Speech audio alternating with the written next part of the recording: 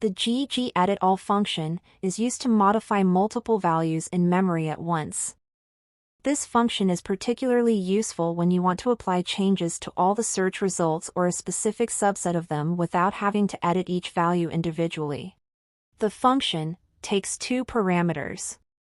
Value is the new value that you want to set for all the selected results. Type is the data type of the value you are setting, such as dword, float, double, etc. Before using editAll, you typically perform a search. After searching, you should retrieve the results. You can then modify all retrieved values by passing the new value and specifying the type.